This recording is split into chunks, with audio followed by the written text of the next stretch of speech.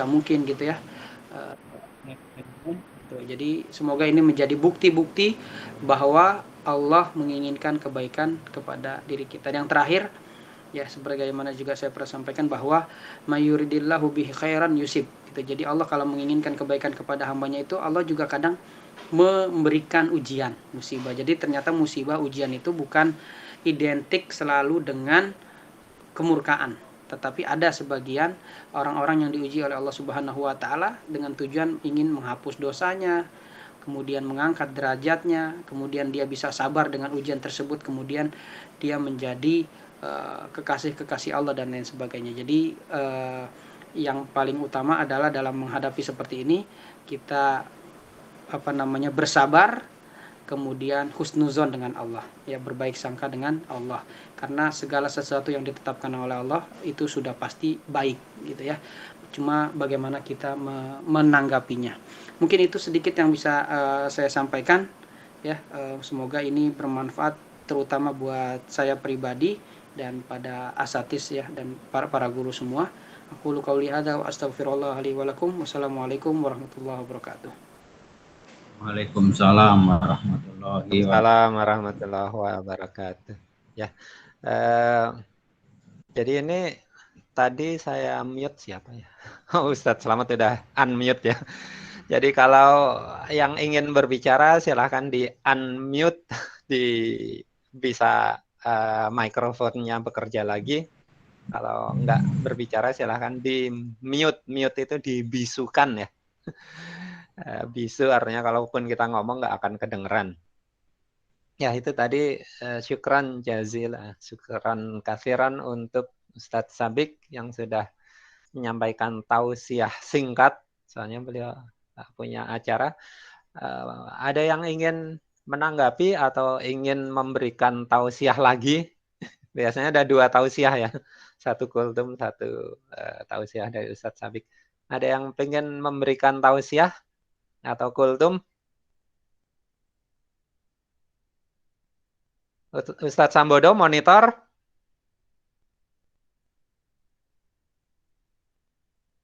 Dia join terus ditinggal ke kamar mandi ini. Ustadz Sambodo monitor nggak? Ditutup juga suaranya kayaknya. Iya. Cuman melepas tanggung jawab. Pokoknya udah join.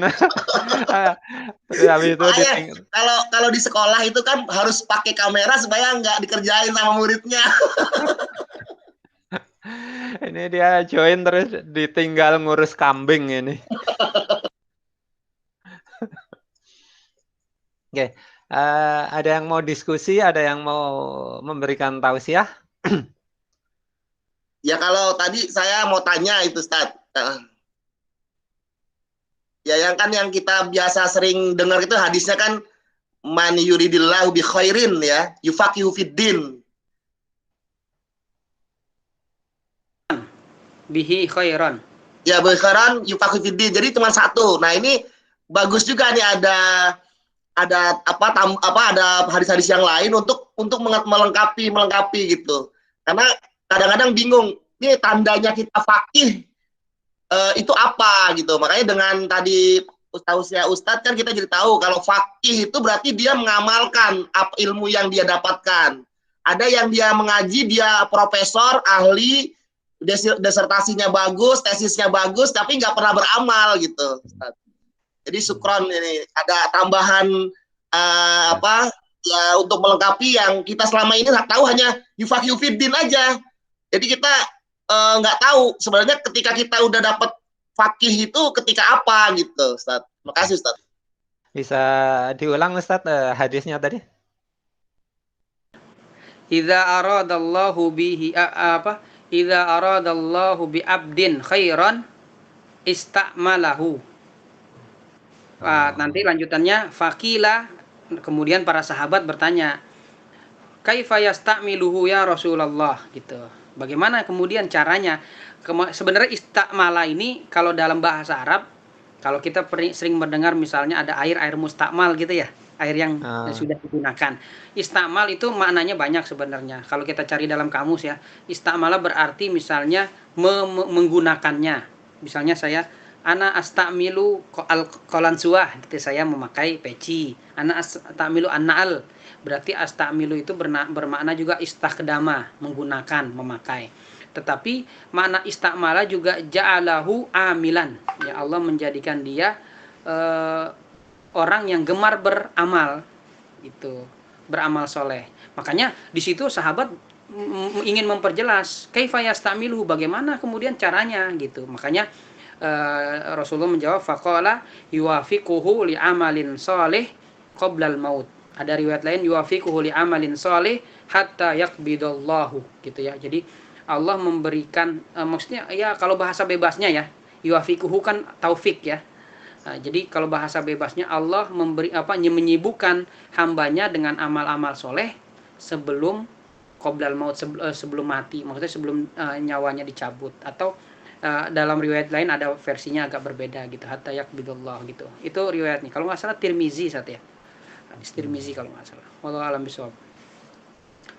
Syukran Ya. Ustaz Sabik. Udah 30 nih Ustaz, saya kayaknya ditungguin. Afwan. Ya jazakallahu Ya. khairan. Pamit duluan. Ya. Barakallahu fikum. Ya, semoga Barakallah. pada sehat semuanya. Amin. Waalaikumsalam barakallah. Ya. Ya, Oke, syukran assalamualaikum. Ustaz Sabik. Waalaikumsalam Barakallahu. warahmatullahi wabarakatuh. Waalaikumsalam warahmatullahi wabarakatuh. Wes, tinggal berenam. Ustaz Sambodo, apa kabar? Mute. Mikrofonnya belum hidup itu Pak Sambodo. Kita nggak bisa dengar suaranya Pak Sambodo. Nah. Harus Bang. Ini lagi di kandang. Sedang mencari rezeki, menjemput rezeki.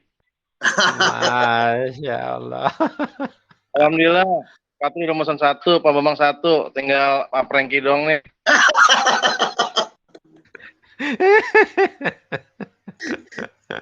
Itu bukan menjemput tuh, menagih rizki itu. Nah, namanya sales harus di mana-mana promosi. Nggak di Liko, nggak di WA, pokoknya promosi terus. Ya, Namanya juga Maisyah ya. iya ini kebutuhan. Iya Pak Bambang, mau nanya Pak Bambang, kondisi sekarang ini kan apa ya, di masa pandemik ini ada pola teman-teman kita yang tidak berpikir apa ya, oh ini nggak ada COVID, oh ini hanya ini. Nah, di sisi lain memang kita sudah lihat dampak banyak kejadian di lingkungan kita, saudara kita, tetangga kita, tapi masih tetap aja dia menganggap bahwa ini biasa saja. Untuk apa ya, untuk menyampaikan biar tidak terlalu apa ya, terlalu ya percaya sih, tapi kondisinya nggak begitu percaya gitu, masih dianggap nggak ada gitu Pak. Ada dari sisi saudara kita masih tetap menganggap ini nggak ada, walaupun udah disampaikan di rumah Pak Prengki 2 kali, di Liko sering, tapi masih tetap dablek. Padahal di keluarganya istrinya sering bicara sama saya, tolong ya bapaknya ingetin ya gitu. Jadi bagaimana Pak baiknya nih Pak Bambang? Ini ngomongin orang ini. Kan ngomong, tapi kondisinya kan kalau yang dekat rumahnya kayak gitu ini kan agak bingung Pak Bambang, dipertanyakan, ditelepon gitu. Ya.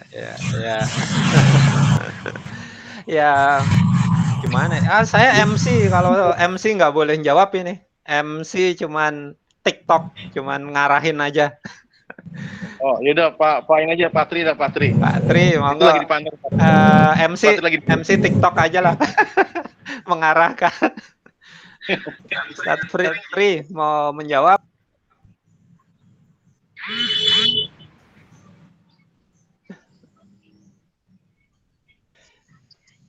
Mikrofonnya masih belum aktif, Ustaz Triyono.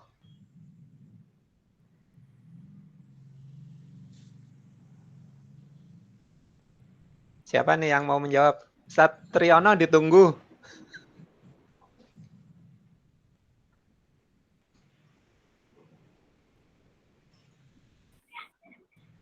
Kayaknya Ustaz Selamat tuh, hidup tuh mikrofonnya. Oh, udah siap menjawab. Ustaz Selamat. Mau nanya. Loh, ini saatnya untuk menjawab, bukan saatnya untuk bertanya.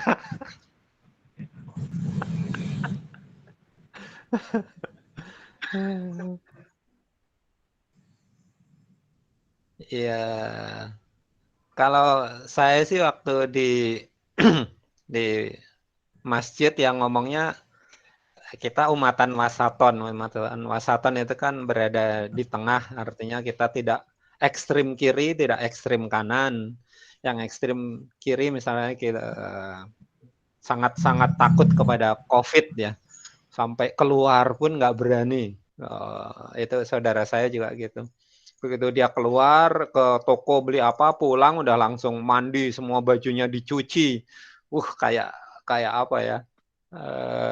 Gemeter seluruh badannya karena keluar dan terpapar COVID misalkan. Itu sangat-sangat parno. Ya, tidak berani keluar. Kemudian ada yang ekstrim kanan, misalnya kita harus tawakal kepada Allah. Orang yang takut COVID itu berarti tidak takut kepada Allah.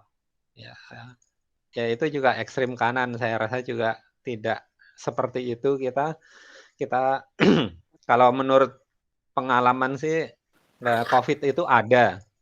Mengenai ini konspirasi atau tidak, kita tidak bisa menelusuri sampai sejauh itulah ya. Tapi yang jelas kita tahu bahwa sekitar kita itu sudah banyak yang kena. Saudara saya juga kena dan sekarang masuk ICU. Padahal umurnya masih 30 tahun. Terkena COVID positif dan mungkin karena terlambat sekarang harus masuk ke rumah sakit dan masuk ke ICU langsung. Udah hari ketiga sekarang dan kita cukup prihatin dengan itu. Dan di tetangga kiri kanan juga banyak yang sudah terkena ya. Beberapa di tetangga saya 2 orang sudah meninggal. Satu di gang yang sama dengan saya, satu lagi di gang sebelah saya, belakang saya. Itu 2 orang meninggal karena COVID ya. Jadi dampaknya kita lihat sudah banyak ya di sekitar kita ya. Bukan hanya di berita koran, di berita TV, di berita detik.com, tapi di sekitar kita sudah banyak. Ya. Tetangga di Bedagang juga ada yang meninggal karena COVID. Ada mungkin karena penangannya terlambat, mungkin karena tidak percaya ya. Jadi ini kalau saya lihat COVID itu nyata dengan pengalaman di sekitar kita semuanya. Jadi mau tidak mau kita harus persiapan, kita harus menjaga diri, minimal memakai masker, minimal berpengetahuan. Yang penting itu berpengetahuan mengenai COVID itu seperti apa. Bahwa virus itu kita tidak bisa lihat. Itu nggak bisa, ainul yakin nggak bisa ya. Kalau ain itu kan dengan mata. Ini bisanya kita ilmu yakin, kita dengan berilmu, dengan berpengetahuan. Keyakinan kita tidak berdasarkan mata kita, karena kita tidak bisa melihat virus ya. Tapi dengan ilmu yakin, dengan pengetahuan, kita percaya bahwa virus itu ada, dengan banyaknya penelitian, dengan banyaknya pengalaman di sekitar kita. Apakah itu konspirasi atau tidak, kita tidak tahu lah. Kita tidak bisa membuktikan hal itu. Kita tidak punya cukup alat untuk bisa membuktikan. Tapi dengan banyaknya penelitian, dengan banyaknya pengalaman di sekitar kita, ya minimal kita tahu bahwa virus itu tidak bisa dilihat, tapi virus itu punya efek kepada tubuh kita, sehingga kita harus punya pencegahan. Ya, kalau pemerintah tadinya 3M ya, sekarang menjadi 5M, kemudian diusulkan menjadi 6M, memakai masker, mencuci tangan sering, kemudian menjaga jarak. Kemudian yang keempat, menghindari kerumunan, yang kelima mengurangi mobilitas, yang keenam katanya menolak makan bersama. Jadi kita kok masih makan bersama itu termasuk sesuatu yang bahaya sebenarnya. Karena kalau makan ya pasti buka masker, nggak mungkin makan pakai masker ya. Ini Ustadz Slamet pasti bikin kopi ya, namanya ngopi ya pasti buka masker lah. Nah itu Yang keenam saya 6M. Tapi minimal 5 ya. 5 tadi yang sudah disebutkan pemerintah itu ya. Memakai masker, kemudian menjaga jarak, mencuci tangan sering, kemudian menghindari kerumunan dan mengurangi mobilitas. Itu 5M yang hendaklah kita selalu terapkan. Tapi kemudian kita kalau parno itu nggak berani keluar sama sekali. Ya, saya di masjid mengatakan ya kita tetap aja butuh pengajian. Seperti ini kajiannya. Karena kajian itu bahkan bisa meningkatkan imunitas. Ya. Kalau di salah satu hadis kan dikatakan orang-orang yang berkumpul, kemudian mereka membaca kitab Allah, kemudian mereka yatadarosuna bainahum, mereka saling mengajarkan satu sama lain, maka diturunkan rahmat kepada mereka. Ya. Kemudian mereka diberikan rahmat dan mereka dinaungin malaikat dan disebutkan wadakarahumullahu fi man indah, dan mereka disebut-sebut oleh Allah di hadapan para malaikat di sekitarnya. Jadi tetap aja kajian itu membuat kita menjadi tenang, ya, membuat kita dinaungi rahmat, dilindungi, dikelilingi malaikat, dan itu adalah salah satu cara untuk meningkatkan imunitas tubuh. Kalau orang gelisah, kalau orang banyak masalah, itu imunitasnya menurun. Jadi ketika datang ke pengajian itu kita mendapatkan rahmat dan ketenangan, maka itu imunitasnya meningkat. Nah, itu yang kita percaya dengan kajian. Makanya di masjid kita tidak menghentikan kajian, tapi kita merenggangkan ketika ada kajian tidak boleh rapat, tetap memakai masker, dan itu kajian ada tapi protokol kesehatan ketat, gitu ya. Di masjid kita diterapkan seperti itu. Kemudian ada lagi kalau mengenai hati kan ada ya, ala wa inna fil jasadi mudghah, di dalam jasad itu ada segumpal daging, faida solahat ya, solaha al jasadu kuluhu, aida fasada al jasadu kuluhu, ala wahya al qalb, sesungguhnya di dalam tubuh ada segumpal daging, kalau daging itu baik keseluruhan tubuhnya, kalau dia buruk maka buruk keseluruhan tubuhnya, dan itu adalah hati katanya. Nah, kalau tubuh kita hati kita itu tenang, maka tubuh kita menjadi kuat. Tapi kalau hati kita gelisah, banyak hutang misalkan, kita selalu memikirkan hutang yang banyak gitu. Nah, itu tubuh kita menjadi lemah, imunitasnya kita menurun. Nah, itu kalau di masjid saya bilang tetap kita mengadakan kajian, karena kajian itu menguatkan hati, menenangkan hati, mendatangkan malaikat ke dalam kajian itu. Dan itu meningkatkan imunitas tubuh. Ketika hati kita baik, maka tubuh kita menjadi kuat. Ketika hati kita jelek, ya tubuh kita menjadi lemah, imunitas turun. Ada yang ngomong orang gila itu sehat. Dia tidur di emperan yang dingin, kehujanan, tetap sehat. Makan makanan basi yang sembarangan tetap aja sehat, tangannya padahal kotor, memegang makanan, makan dengan tangan kotor tetap aja sehat. Kenapa demikian? Ya, karena dia tidak punya beban pikiran. Ya, joke-nya seperti itu. Joke-nya adalah ketika kita ingin sehat jadilah gila gitu. Kalau seriusnya, kalau kita ingin sehat, lepaskan beban pikiran. Kita tidak punya beban pikiran yang berat di dalam pikiran kita, maka kita menjadi sehat, gitu ya. Ya, itu terapan dari hadis tadi. Ketika hati kita baik, maka keseluruhan jasad kita akan menjadi baik. Idza salaha al jasadu kulluhu, semua jasad kita menjadi baik, gitu. Kalau hati kita tenang, kalau hati kita tidak gelisah ya. Makanya disebutkan ya ayuhan nafsul mutmainnah, wahai jiwa yang jiwa yang tenang, irji'i ila rabbiki radiyatan mardiyah. Yang diseru untuk kembali kepada Tuhan itu hanya jiwa yang tenang ya. Jadi kalau jiwa yang lagi amarah, lagi tergelisah itu susah untuk kembali ke jalan Tuhannya malah. Jadi kita diserukan supaya jiwa kita punya jiwa yang tenang. Dengan jiwa yang tenang, tubuh kita menjadi kuat. Kita bisa kembali kepada Tuhan kita dengan ridho dan diridhoi. Gitu ya. Nah itu tetap kita, kalau di masjid tetap ada kajian, tapi protokol kesehatan ketat. Jadi tengah-tengah ya, kita mengambilnya umatan wasaton, berada yang di tengah. Kita tidak parno, takut banget dengan virus sehingga nggak berani keluar. Itu saudara saya seperti itu. Yang kedua, ya sangat-sangat berani kepada virus. Virus itu nggak ada. Kita takut kepada Allah atau takut kepada virus gitu. Nah itu juga kalau saya nggak ikut yang seperti itu. Ya kita masa iya takut kepada virus kemudian nggak takut kepada Allah, ya jangan dibentur-benturkan seperti itulah.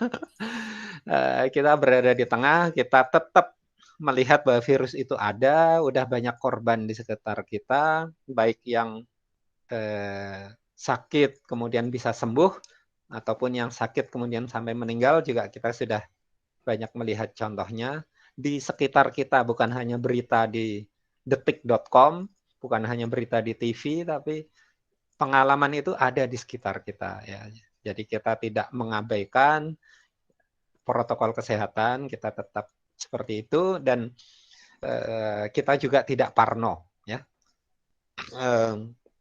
Ada orang mengatakan ya itulah takut kepada Allah, jangan takut kepada virus. Saya bertanya kepada mereka, bagaimana pendapat Anda kalau orang tidak pernah belajar agama, tidak pernah belajar pesantren secara penuh, pokoknya tidak tahu agama tapi ngomong mengenai agama.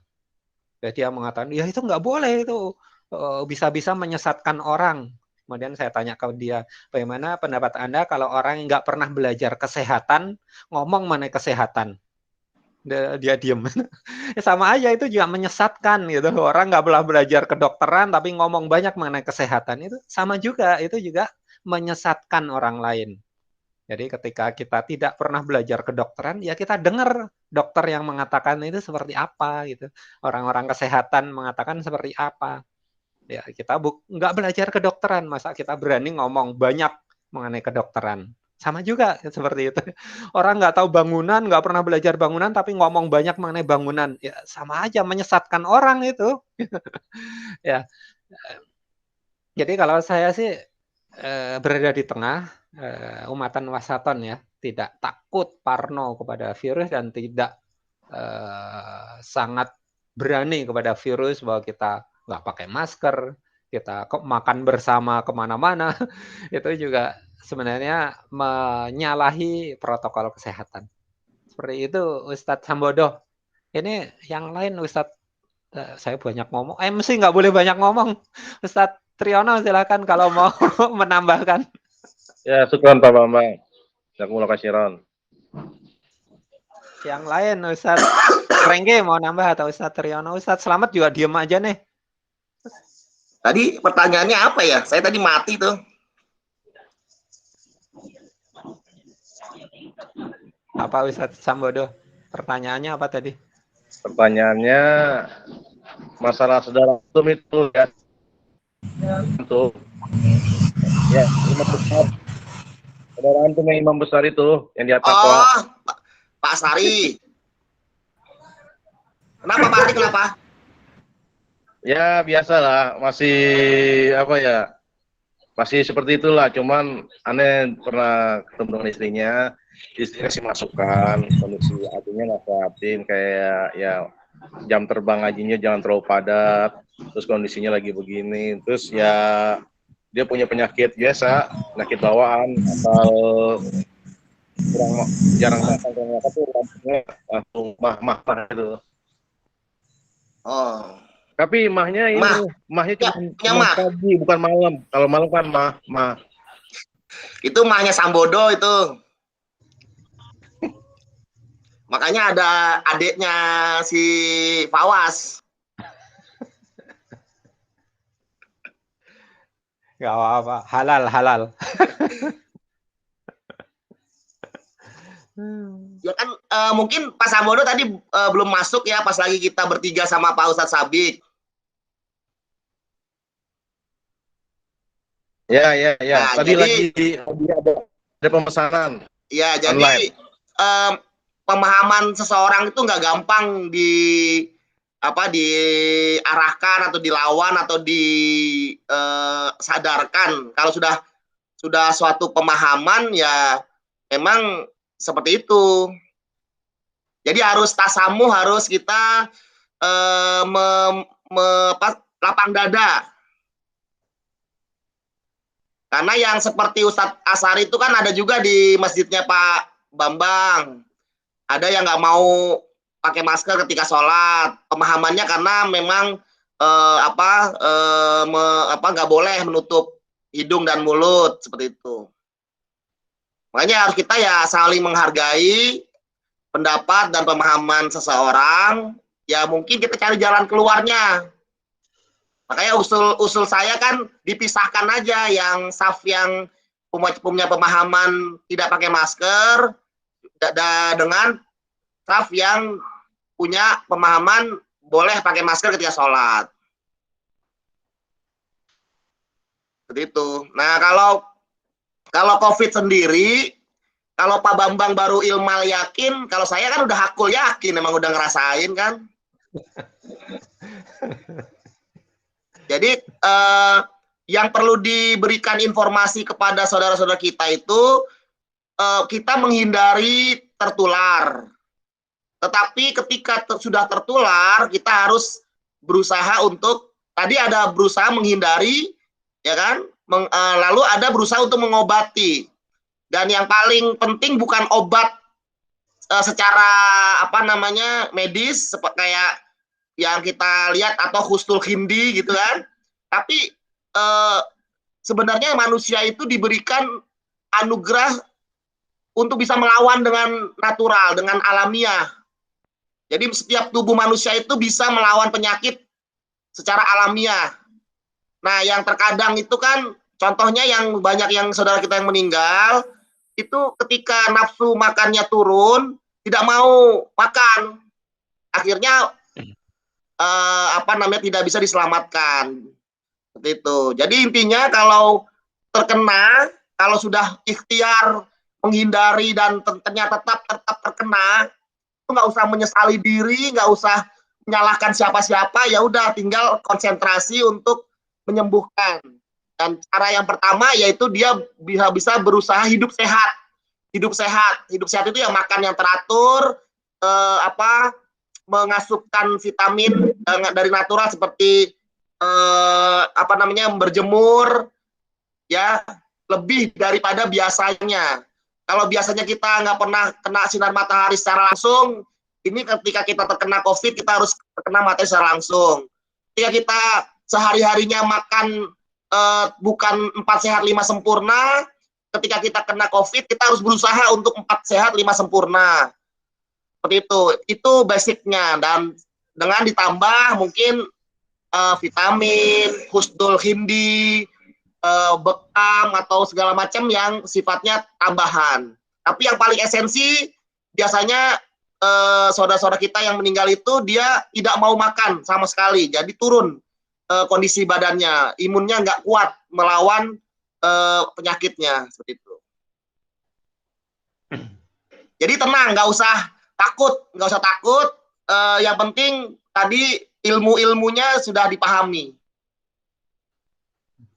Baik, syukran Ustadz Franky. Jadi tetap di pandemi COVID kita perlu punya ilmu juga, terutama ilmu kesehatan mengenai COVID, cara-cara penyebarannya, terus kalau terkena ya cara-cara pengobatannya, vitamin apa yang perlu dimakan, terus tindakan-tindakan apa, kayak tetap olahraga, tadi berjemur ya Ustadz ya. Berjemur, vitamin D kalau nggak salah. Vitamin C, D, E. Ada 3 vitamin kalau nggak salah ya. Ya itu persiapan kita untuk COVID tetap aja kita harus punya ilmu ya. Kalau kita mau bangun rumah juga kita perlu ilmu bangunan. Kalau kita mau bikin peternakan lele, kita harus belajar cara beternak lele dan lain-lain. Nah, ini juga mengenai COVID, kita juga perlu ilmu mengenai COVID. Ada yang parno, sangat parno. Tahu kita jalan keluar dikit, udah kena virus gitu. Ya enggak juga sih. Saya juga masih berani keluar, berani ke masjid, berani ikut kajian. Tapi memang hal-hal yang mengenai berdekatan dengan orang gitu, kita harus selalu memakai masker misalkan. Itu kita harus tahu hal-hal seperti itu ya. Ya sama Karena seperti itu Pak Ustadz Bambang, kalau kita kayak kemarin tadi kan Pak Bambang ngasih analogi harimau. Ya kita takut harimau, tapi kalau udah ketemu harimau ya kita harus tahu cara menghadapi harimau gitu. Kita cari di mana ada harimau. Jalan sini nggak ada harimau. Cari jalan yang lain. Kalau ada memang itu ada indikasi ada bau-bau harimau, ada sisa-sisa harimau di situ. Gitu kan. Sama gitu. Nah, terus ada tambahan saya tadi lupa, ya sesuai dengan yang Pak Bambang jelaskan mengenai hati yang sehat itu yang paling mudah yang bisa dijalankan ya, itu sesuai dengan firman Allah, fadhkuruni adzkurkum washkuruli wala takfurun. Kalau kita terus senantiasa menjaga zikir dan hati kita bersyukur, insya Allah tadi hatinya akan sehat, akan bisa lapang, bisa tidak panik, seperti itu. Jadi kuncinya kalau memang kita nggak bisa mengikuti kajian untuk menghidupkan hati, menyehatkan hati, kita banyak-banyak sekarang ini malah lebih ekstra zikir yang banyak. Jadi zikron katsiro. Jadi setiap saat harus berzikir. Hatinya selalu bersyukur. Itu aja, Ustaz. Oke, keren. Wow, Ustaz Sri jam 9 ada Zoom ya? Wah, iyalah bapak-bapak guru memang harus. Kok Zoom hari Sabtu sih? Ini pengenalan sosialisasi ini program sekolah untuk siswa baru, orang tua siswa baru. Oh, udah ada siswa baru ini? Iya kan udah masuk ini, masuk tahun ajaran baru. Iya. Iyalah, selamat bertugas buat Ustadz Triyono. Jadi yang lain udah tadi ya. Jadi saya pernah baca di salah satu artikel apa ya. Ada pertanyaan, kalau Anda di dalam kerangkeng bersama gorila dewasa, itu udah besar lah gorila dewasa. Kemudian Anda hanya punya satu pisau dan semprotan merica kalau nggak salah. Apakah Anda bisa bertahan hidup di kerangkeng berdua dengan gorila yang besar itu? Nah, pertanyaan dijawab oleh orang yang tahu binatang ya. Jadi dia mengatakan, Anda kalau berantem sama gorila tidak ada chance, tidak ada kesempatan hidup gitu. Jadi gorila itu beratnya mungkin sama dengan Anda. 80, dia juga 80. Tapi dia bisa melempar, gorila dewasa itu bisa melempar benda seberat 80 kilo, seberat tubuhnya sendiri. Jadi kalau Anda dilempar ke kerangkeng itu udah nggak ada kesempatan hidup. Anda dipegang gorila, dilempar udah nggak ada kesempatan hidup ya. Nah, jadi yang bisa Anda lakukan, binatang gorila itu bukan binatang yang agresif, dia bilang. Jadi Anda berusaha, Anda bukan merupakan ancaman bagi dia.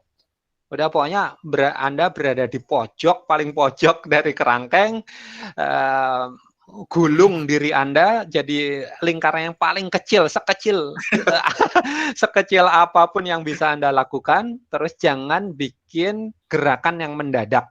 Gitu. Itu yang bisa Anda lakukan. Kalau Anda bisa melakukan itu, Anda survive. Jadi pertanyaannya, jika Anda dikurung 15 menit di dalam kerangkeng bersama gorila dewasa, apakah Anda bisa survive dengan bekal 1 pisau dan semprotan merica? Jawabannya ahli binatang itu, Anda berada di pojok, melingkar tubuh Anda, pokoknya mendekem lah, duduk, bikin tubuh Anda tuh sekecil mungkin sehingga tidak merupakan ancaman bagi dia. Jangan melakukan tindakan apapun yang merangsang dia menjadi agresif, jangan bergerak dengan cepat mendadak gitu. Anda survive gitu. Karena dia bukan binatang yang agresif gitu. Ya, itu kan bagaimana kita bisa survive bukan melawan ya, berada di situasi kondisi tertentu. Ya, Anda tahu ilmunya gitu. Nah, dengan virus COVID ini, ya itu contohnya misalnya gorila lah. Nah, ini dengan virus COVID ini, bagaimana Anda bisa survive? Ya tahu ilmunya. Gitu. Apapun Anda mau berdagang, ya harus tahu ilmunya. Anda mau beternak lele, ya harus tahu ilmunya. Anda tahu survive. Anda ingin survive dari COVID, ya harus tahu ilmunya. Jadi memang ilmunya ya jangan baca yang hoax yang nggak jelas asalnya. Memang sekarang itu agak susah ya, agak ada hoax yang kayaknya benar tapi sebenarnya salah. Nah itu juga satu masalah bagi kita, bagaimana kita bisa menyaring informasi. Tapi insya Allah dengan banyak kita membaca, kita makin lama makin tahu kok, ini hoax ini, ini salah ini bukan dari sumber yang terpercaya ini. Ya. Jeleknya hoax itu apa? Pasti separuhnya itu benar.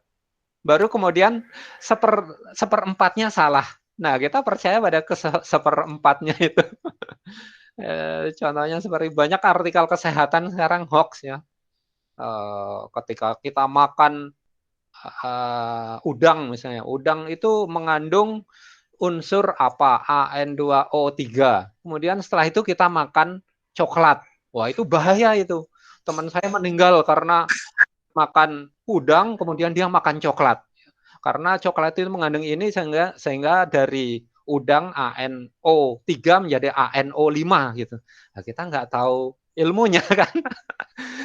Yang depannya itu benar bahwa udang itu mengandung ANO3 misalnya. Coklat mengandung ini, dua-duanya benar. Tapi ketika bereaksi, nah itu yang hoax. Gitu yang salah. Ketika kita hoax itu kita baca pasti sebagian besar itu benar. Kesimpulannya yang salah gitu. Dan kita percaya itu. Ya, ketika kita banyak baca, kita tahu itu salah itu. Kesimpulannya salah. Depannya benar, tengahnya benar, belakangnya yang salah gitu. Nah, itu hoax itu seperti itu ya. Kenapa hoax itu banyak menyebar? Karena orang percaya. Kenapa orang percaya? Karena sebagian besarnya itu benar. Gitu.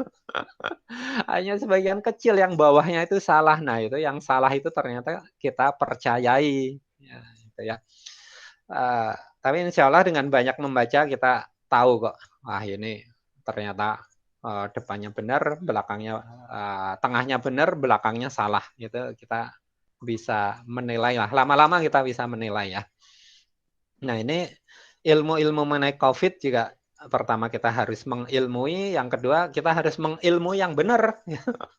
Artinya jangan sampai kita percaya dari sumber yang abal-abal ya, dari orang yang tidak berkompeten, tidak pernah belajar ilmu kedokteran, kemudian dia menyimpulkan hal-hal mengenai kesehatan. Itu juga kita hendaklah bisa menyaring ilmu yang benar dan kita yang jelas. Kalau saya pamit dulu ya. Oh ya, Ustaz Triyono. Ya, Assalamualaikum warahmatullahi wabarakatuh. Waalaikumsalam warahmatullahi wabarakatuh. Ya. Begitu, sekarang juga ada jam 9, sudah waktunya habis. Ada yang mau ngomong ini Ustadz Selamat belum ngomong ini, kita dengarkan pendapat dari Ustadz Selamat. Waktunya habis. Alasan.